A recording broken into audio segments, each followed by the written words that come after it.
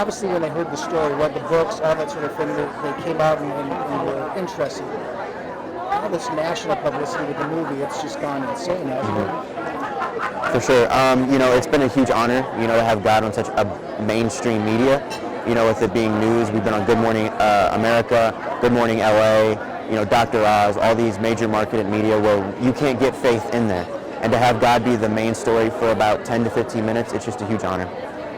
How much of an influence was Jason on your decision to look at becoming a pastor and all that? Jason really guided me. He took me on about 5 Starbucks coffee meetings, and he was telling me, how about the life decisions that I was making weren't going to lead me anywhere. And how God had a better plan for me. And I had a lot of other mentors, but Jason definitely pushed me to follow my calling and go towards being a pastor. So also you're engaged now.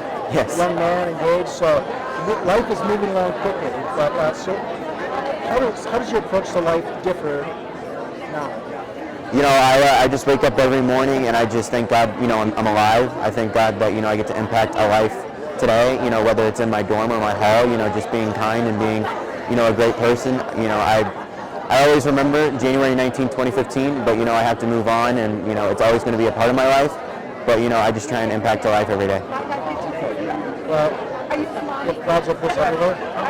Say it again? You have crowds like this everywhere? What's it like to be in Minnesota? What's a Minnesota guy now? I'm from St. Louis, so it's a little different dealing with all the cold.